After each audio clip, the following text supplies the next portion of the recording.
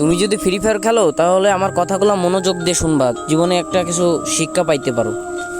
একদিন ফ্রি ফায়ারে আমি একটা মেয়ের সাথে অ্যাড হই এবং মেয়েটাও আমার সাথে অ্যাড হয় এবং তার সাথে অনেক দিন মানে 2-3 মাস প্রায় গেম প্লে করছি এবং সেও আমার সাথে গেম প্লে করছে। হঠাৎ একদিন আমারে বলতেছে যে তোমার নাম্বারটা দাও, এবং আমার নাম্বারটা আমি তারে দিয়ে দিছি।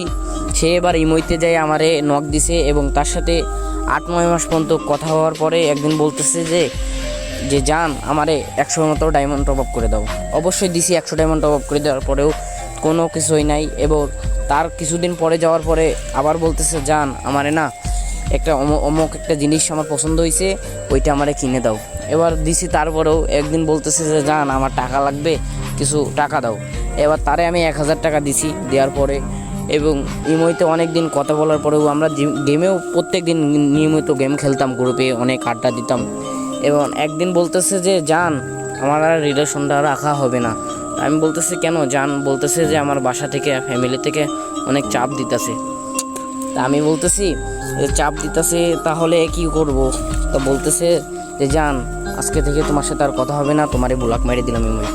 ভাইয়া আমি একটা কথাই বলতে চাই, তোমরা কখনো ফ্রি ফায়ার গেমে কখনো কোনো মেয়ের প্রেমে পড়বা না, কিংবা কখনো কাউরে ডুও পার্টনার বানাবা না। আমি তোমাদের এই কথাটাই বলতে চাই। আর ভিডিওটা কপি লিঙ্ক করে দাও যেন সব ফ্রি ফায়ার প্লেয়াররা যেন শুনতে পারে ভিডিওটা।